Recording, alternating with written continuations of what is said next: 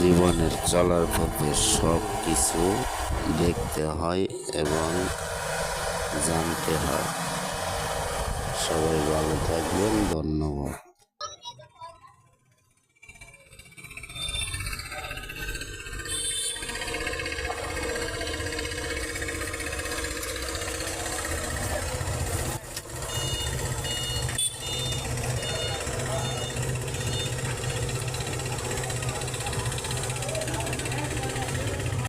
উপর পড়ে যায়, এতে করে সেখানে থাকা সবাই অনেক হাসে। এজন্য সুমো বাথরুমে বাহানা দিয়ে সেখান থেকে চলে যায়। এদিকে লিয়া আর টিয়াও এখান থেকে উঠে অন্য একটি জায়গায় চলে আসে।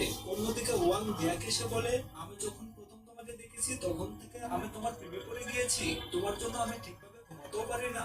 এদিকে তাদের এই কথাগুলো লিয়া টিয়া ফোনের মাধ্যমে শুনছিল, কারণ ওয়াং লিকে ফোনে থাকতে বলেছিল যাতে